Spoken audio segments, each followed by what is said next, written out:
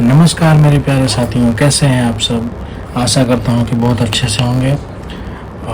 Economics हम लोग पढ़ रहे थे। इकोनॉमिक्स का आज सेकेंड लास्ट चैप्टर है।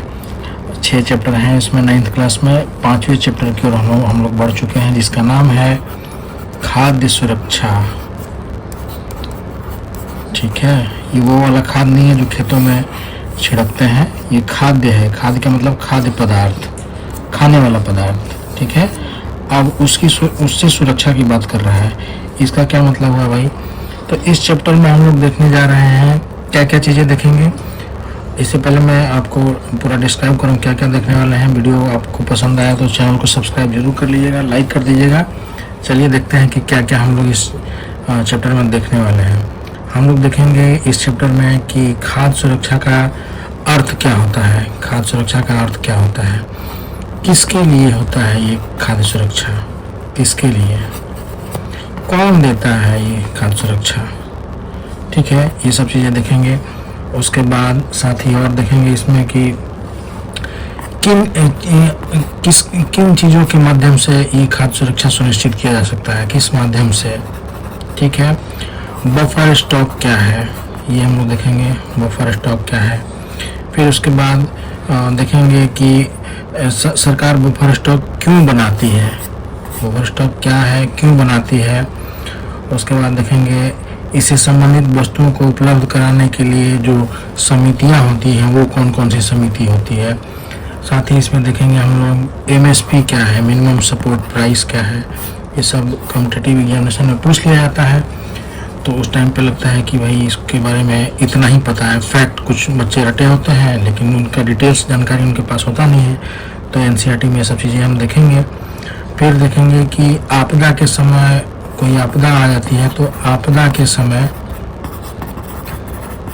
ये कैसे प्रभावित होती है खाद्य सुरक्षा।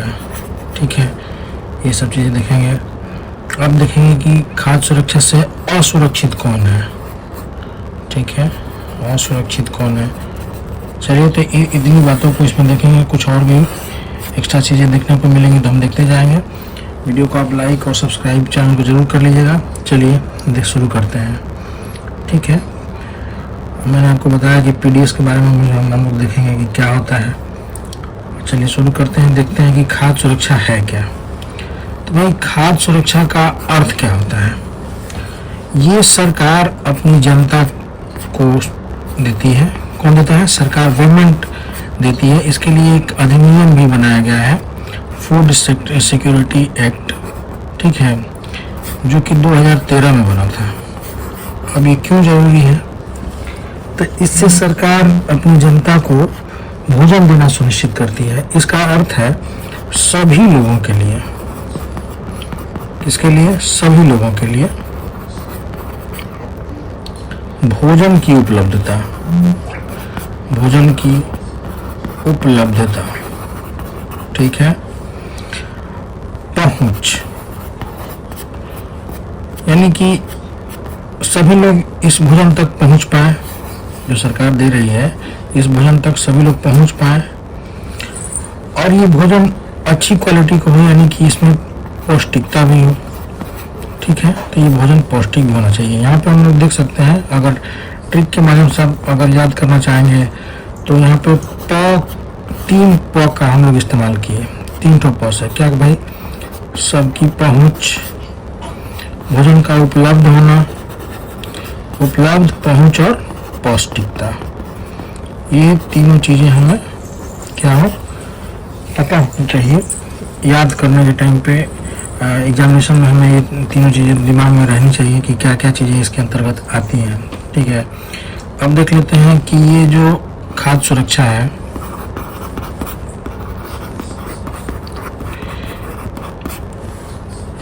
इसमें सरकार के पास जब ये खाद्य सामग्री उपलब्ध होगी तभी वो अपनी जनता को भोजन उपलब्ध करा पाएगी। दूसरा मैंने बताया कि पहुंच, यानी कि आम लोगों तक इसकी पहुंच हो पाएगी तभी वो लोग भूखे पेट नहीं सोएंगे। उचित मात्रा में भोजन का प्रबंध सबको हो सकता है और ये भोजन कैसा होना चाहिए? पौष्टिक होना चाहिए। ठीक है, तो यहाँ पे देश में खाद्य उत्पादन, खाद्य आयात, सरकारी अनाज के भंडारों में सिंचित उपलब्ध का मतलब बता रहा था कि भाई उपलब्ध तभी हो पाएगा सरकार के पास जब वो किसानों से अनाज एक गोडाउन में, जिसको हम लोग बफर स्टॉक के नाम से जानते हैं, किसानों से ये अनाज उचित कीमत पर लेकर उचित मात्रा में अपने पास प्रिजर्व रखें कि जब आवश्यकता पड़े, कभी आपदा वगैरह आए या गरीब लोगों में इसका डिस्ट्रीब्यूशन, इसका वितरण आसानी से वो कर पाए सस्ते दरों पर। तो यही है बफर स्टॉक, ठीक है। यानी कि सरकार के पास पहले इस बफर स्टॉक में क्या होना चाहिए, खाद्यान्न होना चाहिए, खाद्य सामग्री होना चाहिए। दूसरा, ये उस रेट पर होना चाहिए, उस दर पर होना चाहिए जिस पर आम लोग आसानी से यहाँ तक अपनी पहुंच बना सकें, यानी कि सस्ते दरों पर होना चाहिए। मेरा कहने का मतलब यह है कि सस्ते दर पे, जैसे मैंने आपको पिछले चैप्टर में पढ़ाया था, मैं फिर से रिक्वेस्ट करूंगा कि आप कंटिन्यूअस क्रम से देखें वीडियो। पिछले लेक्चर में मैंने बताया था अंत्योदय योजना, अन्नपूर्णा योजना।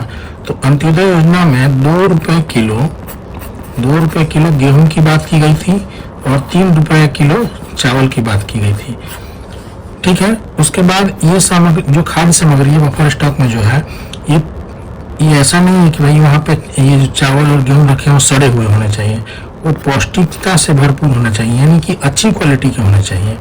यानी कि आप सस्ते बेच रहे हो तो आप अपनी जनता को, नागरिकों को, गरीबों को यूं ही बांट दोगे सड़ा हुआ अनाज, नहीं, पौष्टिक होना चाहिए। तो खाद्य सुरक्षा में 3 बातें आई, उपलब्धता, पहुंच और पौष्टिकता, ये तीनों बातें होनी चाहिए। बफर स्टॉक देखा हमने कि बफर स्टॉक क्या था, इसी के माध्यम से खाद्य सुरक्षा जो है वो सुनिश्चित हो पाता है। और जब लोगों के बीच में इस खाद्य सामग्री को बांटने की बात आती है, वितरण करने की बात आती है, तो उस टाइम पे पीडीएस प्रणाली, पब्लिक डिस्ट्रीब्यूशन सिस्टम, ये फुल फॉर्म पूछा जाता है। ये 1992 में आया, पब्लिक डिस्ट्रीब्यूशन सिस्टम। इसका हिंदी में अर्थ होता है सार्वजनिक वितरण प्रणाली, ठीक है। 1992 में आया था। इसके माध्यम से क्या होता है, बांटा जाता है, लोगों के पास से इसको पहुंचाया जाता है खाद्य सामग्री को। तो आगे देखते हैं कि भाई आएगा, पूछा जाएगा आपसे कि भारत में खाद्य सुरक्षा कैसे सुनिश्चित की जाती है, कैसे सुनिश्चित होती है। तो आप क्या बताएंगे, बफर स्टॉक के माध्यम से, बफर स्टॉक के माध्यम से एवं साथ में पीडीएस प्रणाली, यानी कि सार्वजनिक वितरण प्रणाली के माध्यम से। हो गया, ये क्वेश्चन बन जाएगा। ये बीपीएससी वगैरह में पूछ लेता है तो उसमें ऑप्शन नंबर ए ये दे देगा, बी ये दे देगा, तो दोनों सही होगा। उनमें से उसमें आता है कि मोर देन वन जो ऑप्शन होता है वो वाला सही होगा। सर पीडीएस भी आएगा, उसमें बफर स्टॉक भी आएगा, ठीक है। फिर देखते हैं कि कौन लोग जो है खाद्य सुरक्षा से अधिक असुरक्षित हो सकते हैं। खाद्य सुरक्षा से कौन लोग अधिक असुरक्षित हो सकते हैं, मतलब कि किनको खाद्य सामग्री आसानी से नहीं मिल सकती है। कहने का मेरा मतलब यह है कि खाद्य सुरक्षा से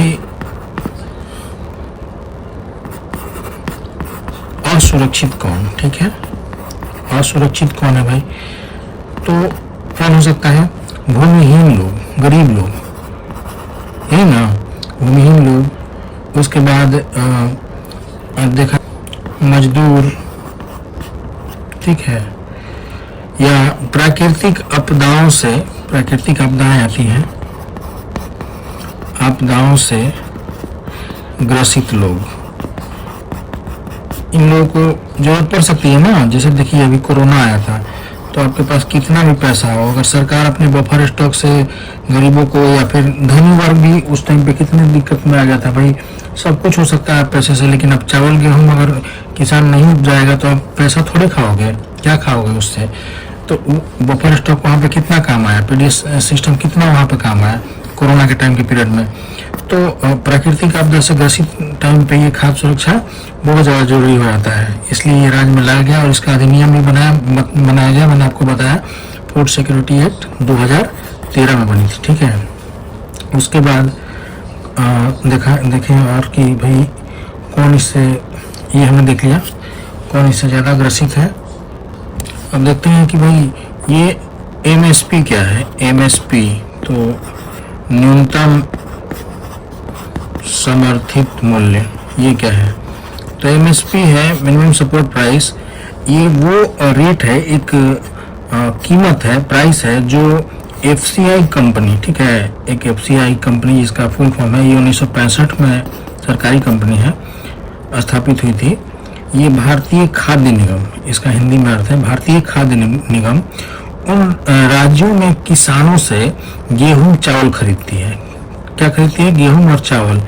और किसानों को उनकी फसलों के लिए पूर्व घोषित मूल्य का भुगतान किया जाता है। इसमें किसानों से क्या लेती है? इस बफर स्टॉक जो हमने देखा है, इस बफर स्टॉक में यही कंपनी खरीद के यहाँ पे जमा करती है, ठीक है। और क्या क्या? गेहूं और चावल, ये पूर्व घोषित मूल्य पर। मतलब कि ये नहीं कि बाढ़ सुखाड़ या कुछ आ जाए तो उससे इसका कोई इफेक्ट नहीं होना चाहिए, कोई इफेक्ट नहीं पड़ता है इससे। आप पहले से जो निर्धारित की गई रेट है, जो दर है, उसी के आधार पर गेहूं और चावल किसानों से ये खरीद लेती है। हर साल बुआई के मौसम से पहले सरकार एमएसपी की घोषणा कर देती है, ठीक है।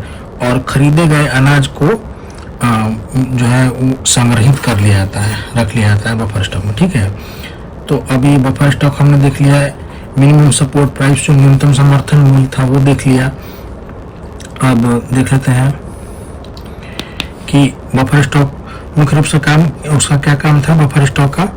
तो बफर स्टॉक का काम क्या था भाई? मुख्य रूप से गेहूं और चावल का ये भंडार है, जिसे भारतीय खाद्य निगम जो है एफसीआई कंपनी के माध्यम से, एफसीआई के माध्यम से सरकार द्वारा खरीदा जाता है, ठीक है। ये भी हमने देख लिया। उसके बाद ये अब क्या किया जाता है कि अब देख लेते हैं कि खाद्य सुरक्षा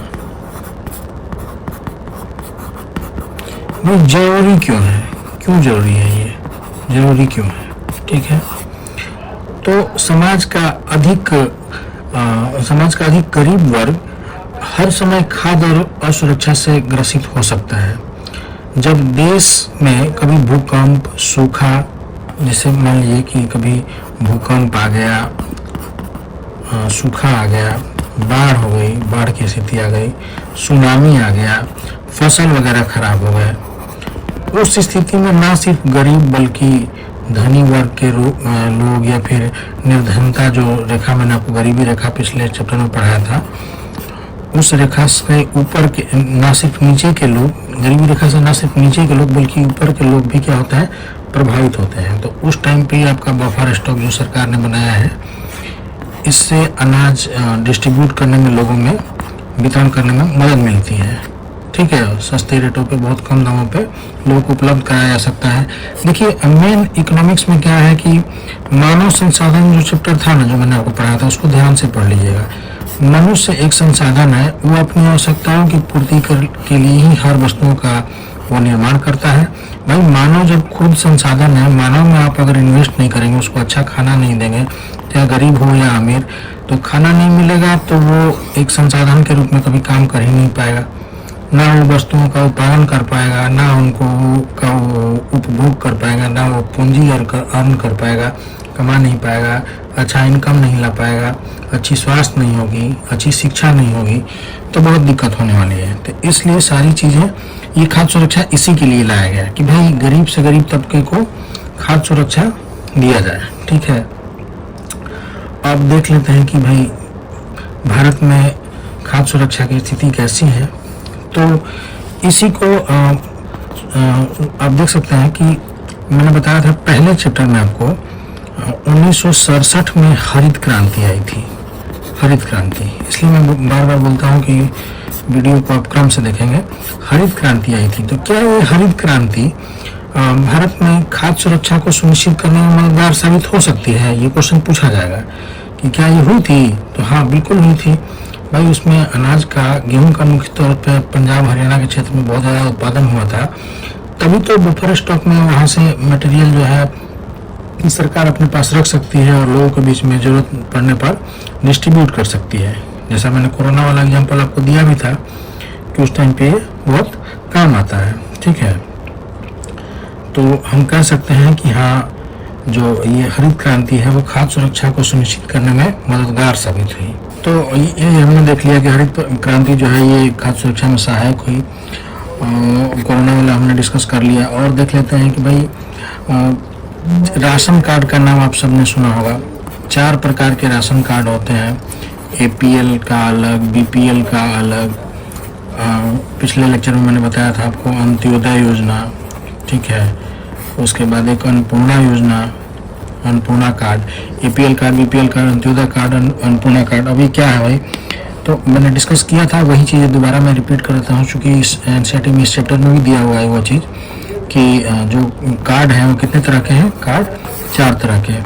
कौन कौन? APL, आप देख लीजिएगा आपके घर में कौन कौन सा कार्ड है, कौन सा वाला है।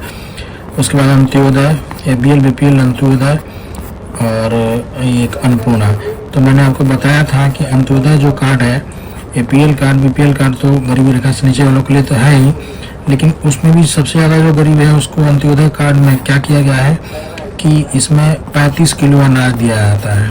ठीक है, एक परिवार में 35 किलो अनाज देना होता है, जिसमें 2 रुपये किलो गेहूं का रेट होता है और 3 रुपये किलो चावल का रेट होता है। आप चाहें तो मैं जैसे बोल रहा हूँ अपना नोट्स बना सकते हैं या फिर स्क्रीनशॉट ले सकते हैं। अन्नपूर्णा योजना में क्या है कि 60+ वाले व्यक्तियों को, भाई वो अकार्यशील जनसंख्या है, मैंने बताया था आपको कार्यशील जनसंख्या और अकार्यशील जनसंख्या क्या होती है। तो 60+ वाले लोगों को फ्री में 10 किलो इसमें अनाज दिया जाता है।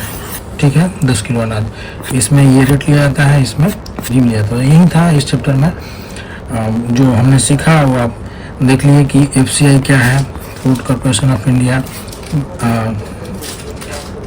ठीक है, उसके बाद हमने देखा कि इसकी स्थापना 1965 में हुई थी। ठीक है, उसके बाद देखा हमने कि PDS सिस्टम क्या होता है, पब्लिक डिस्ट्रीब्यूशन सिस्टम क्या होता है, खाद्य सुरक्षा क्या होता है, क्यों होता है, किसके लिए होता है, किन परिस्थितियों में ये बहुत ज़्यादा सहायक सिद्ध होता है। यही सब चीज़ें हमने देखा इस चैप्टर में। चलिए, वीडियो पसंद आया तो लाइक ज़रूर करिएगा, सब्सक्राइब कर लीजिएगा चैनल को। बाकी मिलते हैं आखिरी लेक्चर में, और उसके बाद इकोनॉमिक्स ख़त्म करते ही एक हमारे पास कमेंट भी आया था मेरे पास, जिसमें ये कहा गया था कि सर ज्योग्राफी का लेक्चर आप ले लीजिए। तो उसके बाद मैं ज्योग्राफी शुरू करने वाला हूँ। भूगोल बहुत इंटरेस्टिंग सब्जेक्ट है, देखते हैं उसको भी।